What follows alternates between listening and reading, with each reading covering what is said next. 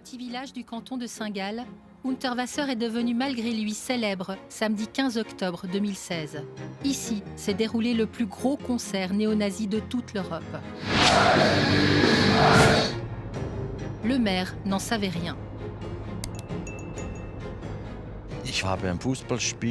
J'assistais à un match de foot lorsque j'ai reçu l'appel d'un citoyen inquiet. Il m'a dit « Rolf, il y a beaucoup de crânes rasés qui débarquent dans la commune, c'est inquiétant. Il se passe quelque chose. »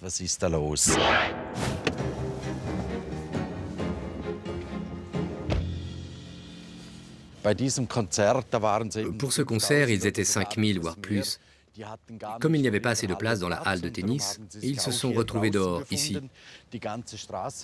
Toute la route était remplie, les gens se trouvaient sur la route cantonale jusqu'au centre commercial. De quoi avaient l'air les gens ? Ce qui était frappant, c'est que la plupart portaient des t-shirts rouges ou noirs avec des emblèmes ou des slogans. La plupart avaient des cheveux ras, ou comme on dit, des têtes lisses comme le verre. Bon, j'entre aussi dans cette catégorie, mais pour des motivations complètement différentes.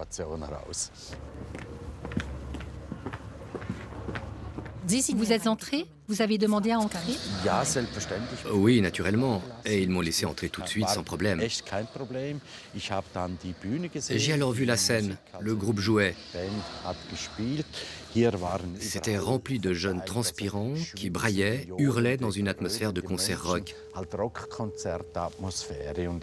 Et avec certaines bribes de mots, on pouvait déjà se rendre compte que les textes des chants étaient particuliers. Certaines paroles sont des appels à la haine.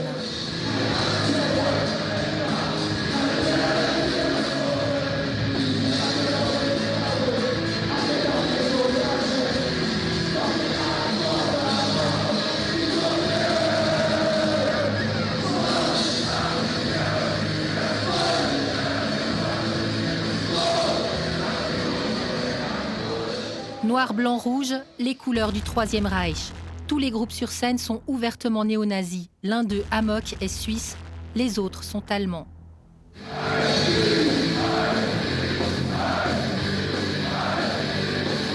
Malgré les saluts nazis, il n'y aura aucune poursuite judiciaire au nom de la norme contre le racisme. L'événement était privé. Ces images ont été vendues au Blick. Ce sont les seules qui sortiront en public. Il n'y a que quelques rares photos tirées des réseaux sociaux. La Suisse serait-elle une terre d'accueil pour les néo-nazis ? Isabelle Graber, porte-parole du service de renseignement de la Confédération, reconnaît que c'est difficile. C'est un cas d'école, Unterwasser, aussi de la manière dont le concert a été organisé, de la difficulté que nous et les autres acteurs de la sécurité en Suisse ont eu à prévenir cet incident, puisque ces milieux d'extrême droite sont très malins, ils sont très conspiratifs. Donc nous, c'est clair, on savait que ça allait avoir lieu. On avait été avertis par des partenaires étrangers plusieurs jours avant, qui nous avaient dit, écoutez, c'est possible que ce concert devait avoir lieu en Allemagne, mais c'est possible que les gens se déplacent dans un autre pays frontalier. La loi sur la sécurité intérieure interdit de surveiller les milieux politiques, aussi extrêmes soient-ils, à moins d'un ordre du Conseil fédéral. Le service de renseignement est pieds et poings liés.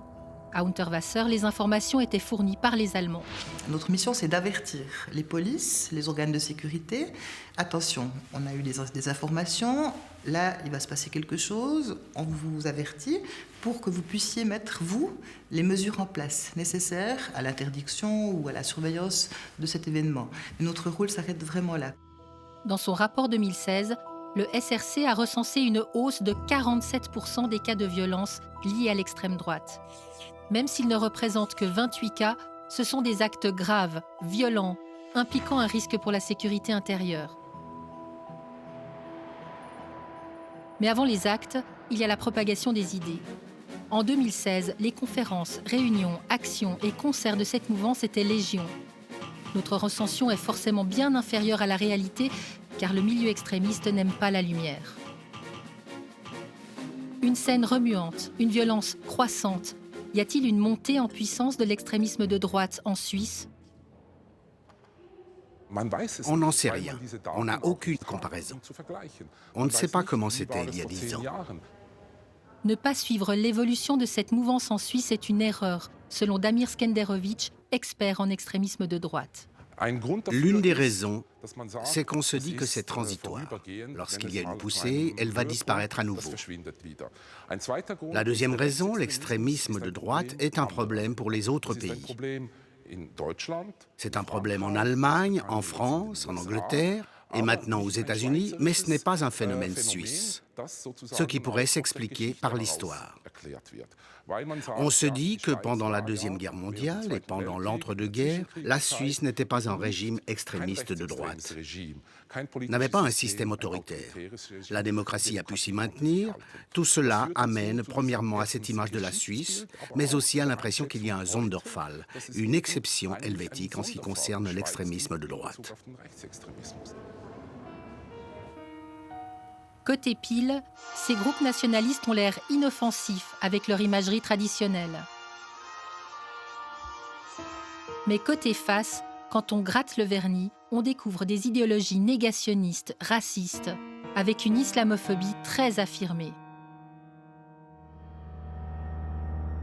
Il est vrai que le contexte migratoire pourrait être un terreau favorable à l'émergence encore exacerbée de ces milieux nationalistes. On ne peut pas l'exclure, évidemment. Comme on ne peut pas exclure non plus qu'un jour ou l'autre, des membres de ces milieux-là recourent à des armes. Donc, qu'il y ait une manifestation de violence qui soit davantage exacerbée. On voudrait les confronter, ces extrémistes, mais ils se méfient des médias. Le groupe Résistance helvétique accepte finalement de nous laisser suivre une conférence. Rendez-vous samedi 19 novembre à 14h30 sur un parking de Lausanne. Bonjour. À l'heure dite, un homme nous donne l'adresse finale. Je vais la noter aussi, alors, si vous êtes d'accord. Ces précautions visent à brouiller les pistes de la police ou des milieux d'extrême gauche. On nous a dit oui, mais sous condition. Interdiction de filmer ou même de parler au public. Au fait, combien ont-ils de membres ? Ils ne veulent pas nous le dire, mais une 50aine de personnes écoutent Jean-Yves Dufour, écrivain français, venu expliquer l'urgence d'imposer leurs idées à la société. Quelles idées peuvent réunir chacun d'entre nous ? Et puis aussi, le problème de la démocratie, c'est qu'on peut pas forcer les gens non plus à penser.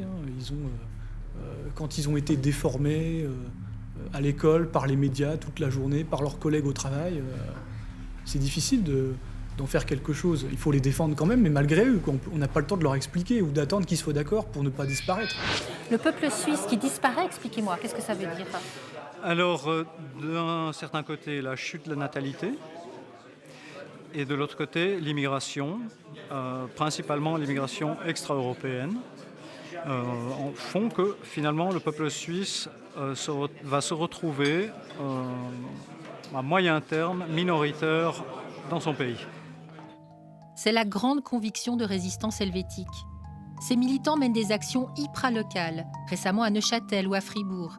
Ils distribuent des flyers, font signer des pétitions à chaque nouveau projet de centre de requérants d'asile.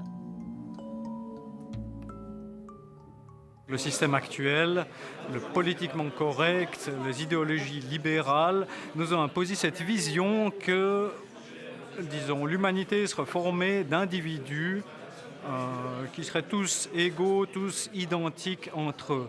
Or, quand on fait venir des gens, on ne fait pas seulement venir des gens, on fait venir avec eux des mentalités, des cultures.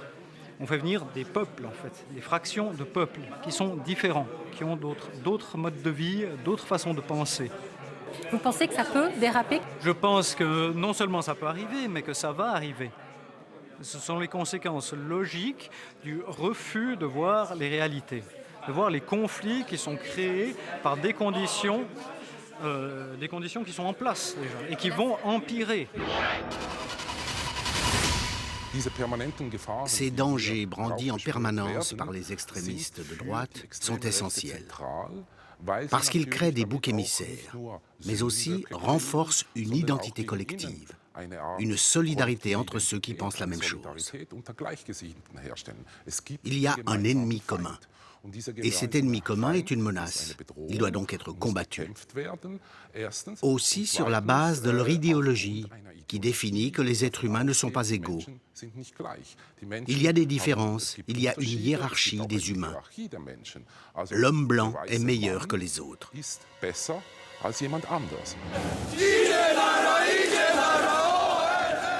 Ce discours unit tous les mouvements extrémistes de droite d'Europe. Ils se retrouvent régulièrement pour s'en exalter, comme ici en novembre 2016. Ils étaient 100 000 ultranationalistes dans les rues de Varsovie. Parmi eux, Résistance helvétique et le Parti nationaliste suisse. Ils en sont revenus des rêves plein la tête.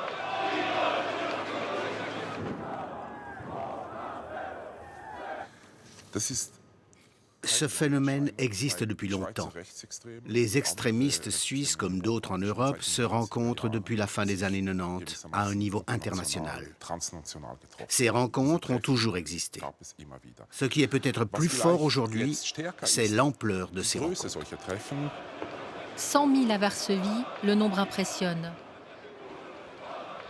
Comme les 5 000 néo-nazis au concert en Suisse.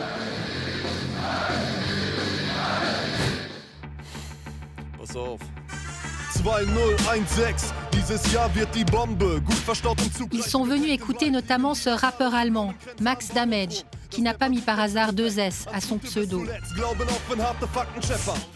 Sur scène avec lui, Flak, un célèbre groupe néo-nazi en Allemagne. Le guitariste est resté après le concert en Suisse pour animer l'inauguration de 5 sections locales du PNOS, le Parti nationaliste suisse. Nous voulions y participer, refus catégorique.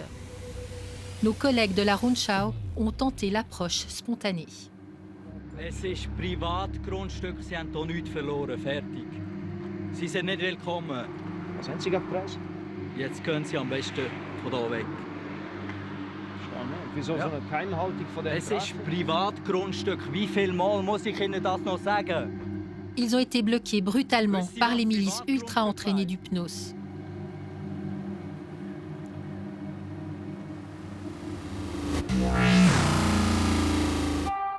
Ce personnage connaît bien les médias et les limites de ce qu'il peut dire publiquement. Philippe Brennenstuhl est président de la section romande du PNOS.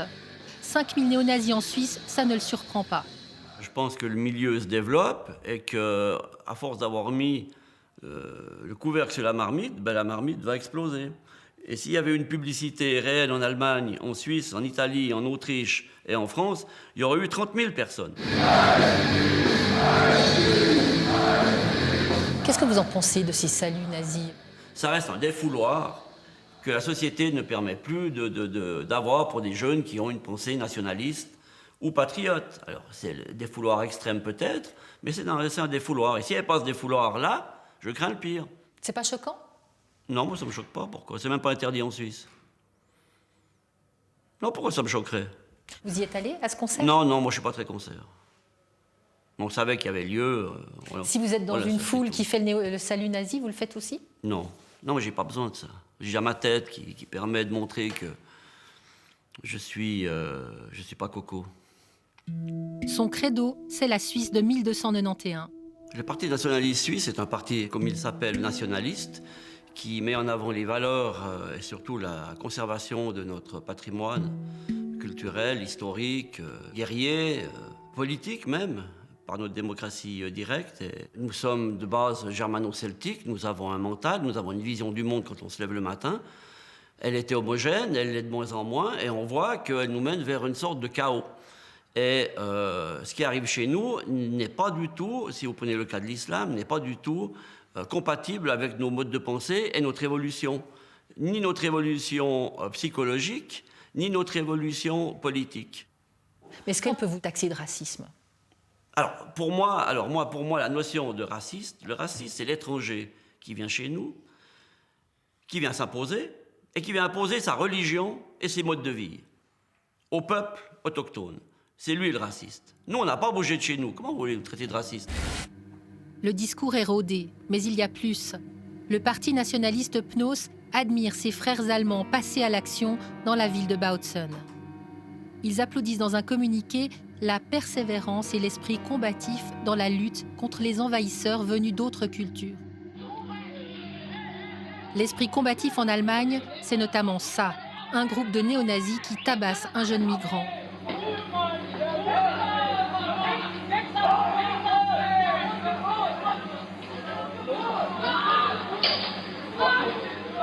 Et ce n'est pas un cas isolé.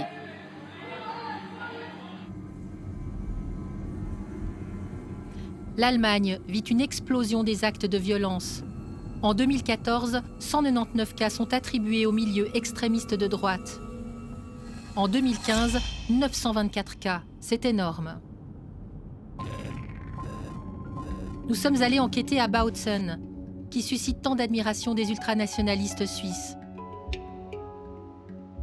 Cette petite ville à l'est de l'Allemagne profite d'une situation économique digne de la Suisse, un quasi plein emploi, aucune dette, une natalité exceptionnelle et 3% d'étrangers seulement. Pourtant, dans ce paradis, la ville est prise en otage.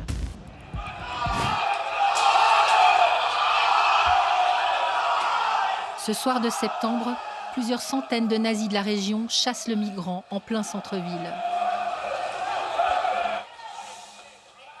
C'est incroyable, la haine. Beaucoup de jeunes là. C'était un acte qui a été organisé par l'extrême droite. Et dans la ville de Bautzen, nous avons 40 000 habitants.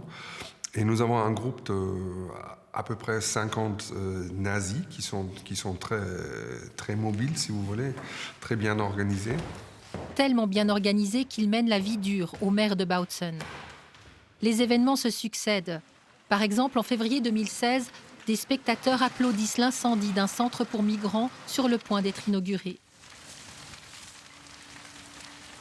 Récemment, les néo-nazis ont manifesté ouvertement. Ils n'ont plus peur de rien.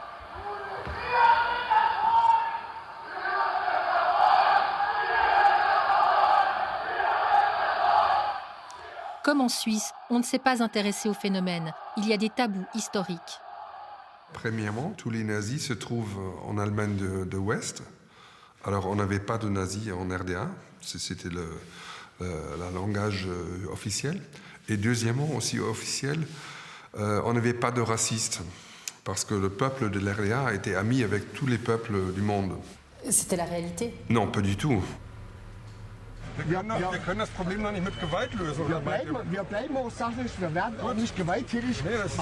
Aber es kann nicht sein, dass alle Mädchen und die ganzen Neger, sagen wir Neger, die hier da sind. Le maire croit au dialogue. Il descend dans la rue, parle à tout le monde, y compris aux pires.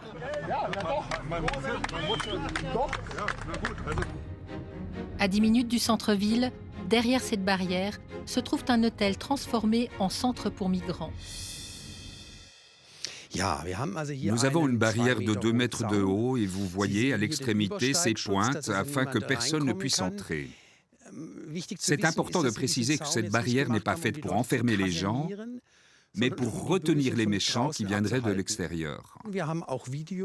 Nous avons aussi des caméras de surveillance tout autour de la maison, aux 4 coins par où nous pourrions être attaqués. Toutes les fenêtres de l'étage inférieur sont blindées afin que si quelqu'un nous jette un projectile, il ne puisse pas traverser. Ça sonne un peu comme Fort Knox, mais c'est absolument nécessaire. Dès sa création en 2014, ce centre a subi la haine des groupes nazis. Lorsque les premiers habitants sont arrivés, les 8 premières semaines, toutes les nuits, des nazis étaient devant nos portes qui disaient « Heil Hitler, à mort et mettez-que dehors ». C'était terrible.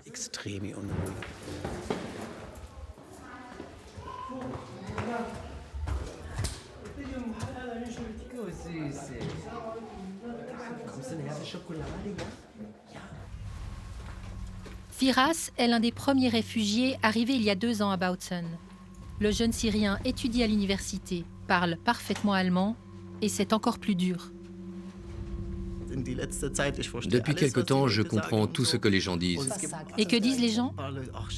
Étranger de merde, va-t'en, rentre dans ton pays, qu'est-ce que tu cherches ici? Ça me fait de la peine quand j'entends ça. En fait, ça me fait même mal, parce que je suis ici pour de bonnes raisons. Je ne suis pas venu en Allemagne sans de bonnes raisons.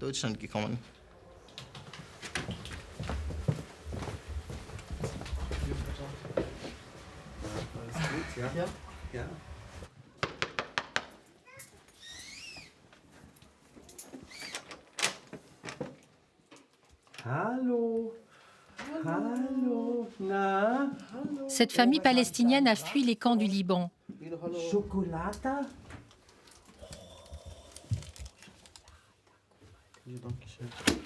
Jamais ils n'ont imaginé vivre un tel cauchemar dans le pays de leurs rêves.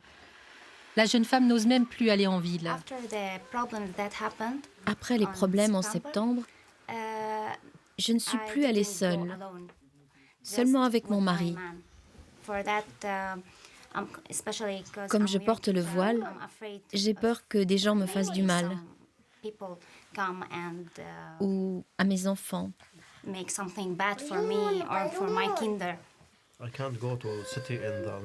ne vais pas aller en ville la nuit. J'ai peur pendant la nuit. Parce qu'il y a beaucoup de problèmes. Il y a des mauvais regards.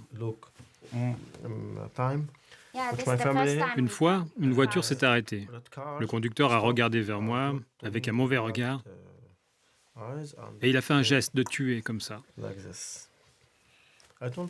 Je n'ai rien dit.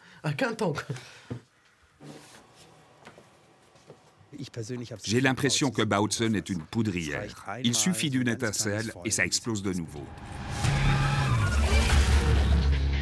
Est-ce que chez nous, ça risque aussi d'arriver? En Suisse, une démonstration néo-nazie avec beaucoup de monde, accompagnée de violence, ne serait pas acceptée par la population. Il y aurait immédiatement une réaction contre. Sommes-nous vraiment plus capables d'indignation que les Allemands? À Bautzen non plus, on n'a jamais pensé en arriver là. Au début, on avait les gens bien et les nazis, et au milieu, ceux qui ne disaient rien. Aujourd'hui, même à eux, je ne peux plus faire confiance. J'ai le sentiment qu'ils sont contaminés par le ressentiment anti-réfugié, ce que je trouve vraiment terrible. Ce n'est pas palpable, ce n'est pas visible, mais on peut le sentir, le deviner, et je trouve cela extrêmement dangereux. Les ultra-extrémistes de droite trouvent un public en Europe, mais aussi en Suisse, et peut-être bien plus qu'on ne l'imagine. Il n'y a pas de Sonderfall, pas d'exception helvétique.